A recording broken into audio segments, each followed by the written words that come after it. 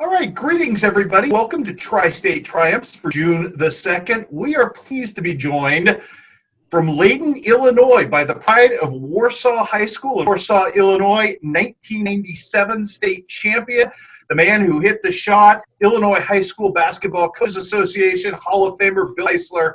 And first of all, Bill, I'm not doing my job if I don't ask you this. Last week, the news hit your ears that Jeff Hall is returning to coach at West Hancock, starting it all back over again where it started. Just kind of your thoughts on seeing Coach Dahl get back in and going back to helm your own water, as it were. Full circle, right? Man, when he came in and I got to know him when I was a freshman, he had the 1 year at the lower levels before taking over. You could just tell that there was going to be a shift in mindset, and it was going to become something where there was confidence and an expectation to win, and he instilled that. And to see it come full circle, I think you're going to get the same thing. It's a little bit different situation now because he's also replacing a legend, in Reno.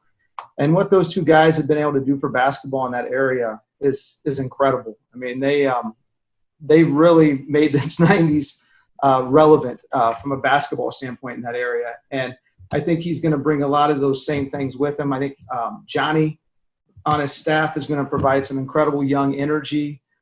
Because he's getting a little older now, so he needs Johnny to come in and give him that. But they're going to definitely keep that ship moving right in the right direction, just like Marino's had it going for a while. So. Walk me back through when you were in high school. Did you kind of have a sense that coaching was in your future? Just how much of being in practice and being around really good teams did you kind of soak in for like future knowledge? Were you kind of cognizant of that at that point?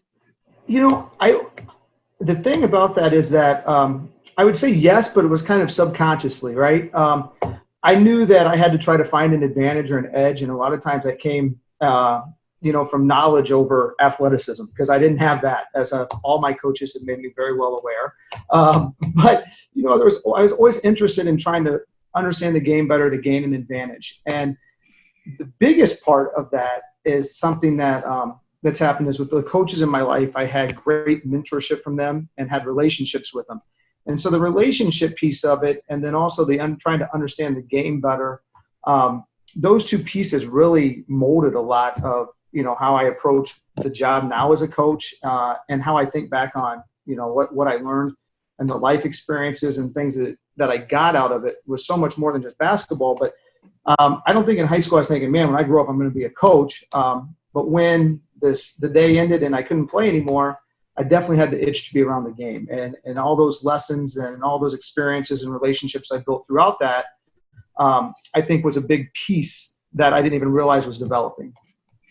The fact that both you and Wade went into coaching, I mean, obviously, I think that's obviously to a love of basketball that sort of comes innately from being from Hancock County, but that's also very specific profession calling you both heard. Does that strike you as odd that maybe both kind of went the same path? It does. My path was more direct than his. He's done some different things. It's always been about basketball for me, but I think, he lived it and breathed it right along with all of us, and it kind of guided him into a natural fit. And he's landed in a really good spot. He's had some incredible teams. And so it's nice that it gives us something to talk about and kind of, come together on and confide in each other and bounce ideas off of each other. It stresses Mom out during the winter because the time commitment and the stress level of it, everyone's got a little bit of an opinion on how you should do it and those things. But having that to kind of bounce back and forth with him has been great. I have to imagine not just being coach's mom, plural, but also being grandma has been right in your mother's wheelhouse. What a neat journey for her. It really is. I noticed that she is much, much kinder and sweeter to these grandkids than I personally remember. However, I would not. I'm really happy we're getting to share some of this with her. She's been up a lot, got to see the boys grow up a lot, and I've been so happy about that. And you can just see that the grandkids bring her such joy, and the sports do, because seeing them play kind of takes her back to a really positive time in all of our lives. So that has been incredible. You know, and she taught, if, you know, there's ever a mentor or a way you want to be raised, the way that she taught me and instilled a work ethic in me and the difference between right and wrong. I'm so glad I'm now getting to have an adult relationship with her and talk about raising kids with her and those things. It's really special. You really seem to have found a home there, Aiden, which, you know, I've been out of Western Illinois. Who knows where you end up? I mean, the journey is always sort of multiple choice, and you end up where you end up. But it seems like you found a really good spot, something that agreed with you and has worked really well for your family. How's that fit? I mean, and are you surprised that it's fit this well, Bill? You know what? I'm happy it has. I really am. And it's a huge part about the support system that I have at Leiden. But, you know, when I came to the realization that the dream of playing was over, I took a coaching job at Elmhurst College and coached there for a while. And it was a great experience. But it taught me that the recruiting thing wasn't for me. It just wasn't, you know, and I am a homebody. I like being at home, and the road time at that level is just crazy with the recruiting. And so I thought so positively of my high school experiences, my college experiences of playing. I knew I wanted to be in the game and impact young people through the game. And the fact that I was able to land at Leiden, where I have such a great support system from administration, I have the resources to try to do anything we can to get better. There's just a lot of really good things that have been a great fit. You know, it's a tough league. We struggle each year to compete in it, but we made some huge strides, and I'm really proud of. And most importantly, I think we've really helped a group of kids get to a different phase in their life and start to see things about how important the transition from high school to adulthood or college is. And the support to do that and really care about the kid and the relationship, sometimes more so than the winning and losing for sure, has been a natural fit that I've kind of embraced, and I have also really enjoyed. I know there have been rumors over the years of, you know, getting you guys down here to coach a game somewhere in Hancock County just for the fun of the nostalgia of it all. But not seeing you coach, kind of who are you as a coach, Bill? And kind of what sort of persona have you amplified? Are you some derivative of you as a player? Are you some derivative of the coaches you had? Kind of who are you on the sidelines? Well, you know, I do not – the one thing that I feel that kind of as a player I was always going to do my best. I mean, that's just a family rule for us. You do your best. And so I don't tolerate lack of effort stuff. But so I would say from that standpoint, we really demand hard work. We really demand their best. And if we're getting that, I would say I'm relatively laid back. However, I've had lots of PE students show up to a basketball game to watch and be like, whoa, who was that crazy person on the sideline? So maybe my own perspective or the own lens I look through it through is, you know, is a little different. But I played for Jeff Dahl in high school, who is intense, and everyone's going to get to see that again on the sidelines back home in Hancock County.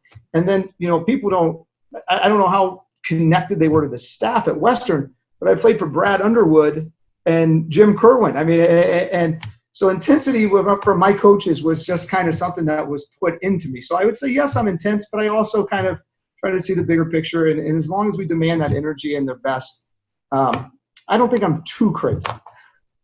People tend to forget, or maybe the lesser part of the legend of who you are and what you did was, you know, you'd go running all over Hancock County because you loved it. You were in cross country, and it was sort of the way you were able to play in the fourth quarters as well as you were able to play in the first. You're still running, aren't you? Kind of like competitively?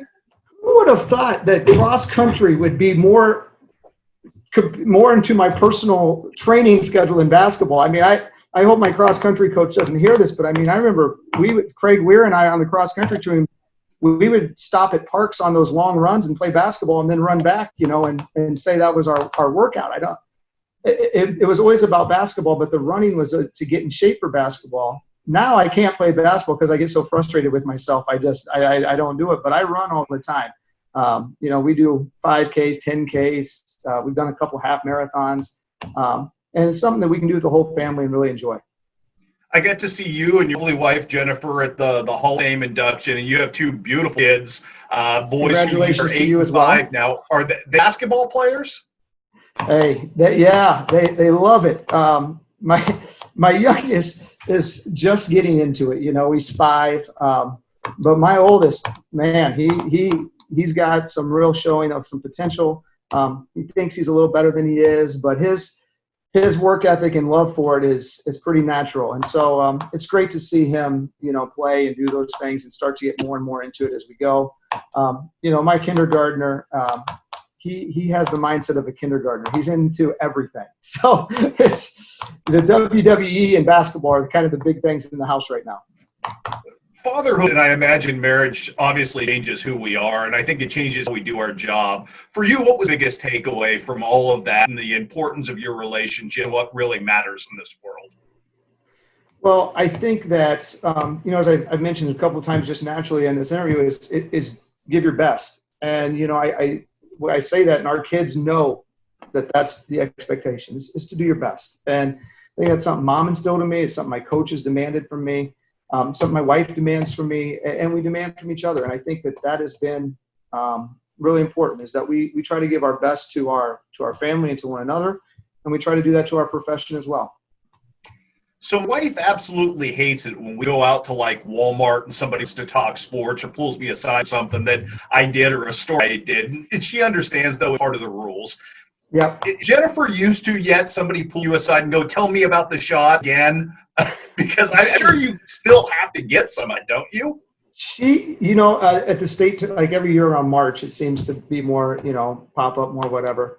She seems to be way less impressed with my abilities than anyone. It's incredible. She's not nearly as impressed with them. But yeah, she gets it. She likes it, and we've actually, we recently, I hadn't seen the state tournament since I played, but we showed William because he was so into it, my oldest, and it was fun to watch that. And she's like, okay, that was pretty cool, I guess. Yeah. That's really awesome. And I think that got to be kind of neat, because now I think your kids sort of get it. Your players obviously weren't alive, but I'm sure they hear about it as well to some degree in the championship. Do they reconcile that? Are they able to reconcile that with you, that that you are this guy that's kind of a legend in IHSA history? It's funny. They actually, when the Hall of Fame came up, the school sent it out a mass email, and I had so many kids coming like, "Oh, Mr. Heisler, I didn't even know you played basketball." I'm like, I've coached it for 14 years here. At least I had some connection to it. But yeah, it was. It is interesting, some kids know all about it, and they're on the computers and look, they look every single thing up. But some of them have no idea. And it's something that if it comes up naturally, I talk about, but I don't ever try to throw it in their face or anything like that. One of the neat things is, obviously, we knew what you were as a basketball player. You've become a really good teacher on top of that, just away from basketball as well. How much pride do you take in that, Bill, that you're impacting people's lives just beyond sports? Because that really is a part of what you are and who you come in this world. Yeah, I really take that part of it serious. I had when I got hired at my first teaching job at Tinley Park High School, a guy told me that coaching is going to be 10% of your pay and teaching is going to be 90% of your pay. So don't spend 90% of your time on the 10% of your pay. Now, I also know that a lot of these jobs you're hired because of that 10% of the basketball part of it, and it's always been my passion. But that always kind of stuck out in my mind is, that there's a important job to teach these kids too, and it allows you to connect to some kids that maybe you wouldn't, through just the sports and the basketball. So I'm fortunate enough right now at Leiden, I teach a couple athletic PE classes, so I get to get into fitness stuff with them and stuff I care about, and it kind of keeps me active. I also teach driver's ed, and so everybody has a connection to that because they want that license. And I take that part of the job serious, and I understand that the subjects that I teach are not the ones determining whether you get into college or not. So we really try to take the time to talk about life stuff and character stuff, and I think that has helped. I think it really does build those deeper connections with kids, and it's made maybe part of those. I think there's a piece of that makes the relationship of support in the building for the basketball and all the other stuff really good. relationships are so critical to everything in this world, and you were pretty blessed, not just by who you came up with at Warsaw, but these are people that were wonderful basketball players who are still to this day wonderful guys. See Dan all the time. I'm sure Craig owns half of Hancock County now. I mean, did you reflect on how lucky that was? Craig's the real story. Craig's the guy you got to get on here. He's the real story. He's got it figured out. And, I just think back to how blessed and fortunate and lucky and all that. Dan Belton, I would say we're kind of the core piece of that from day one, because we were so competitive with each other and we were such good friends growing up that we just brought everyone along with us. And then you get Craig to move in, who is maybe one of the most underrated performer. I mean, we don't do what we do without how talented and good he was as a player. And, to see him have the success post basketball that he's having, you're not kidding. I mean, he may own half of Hancock County, and just a good guy. And we get together July 4th every year. And this year is a little up for grabs.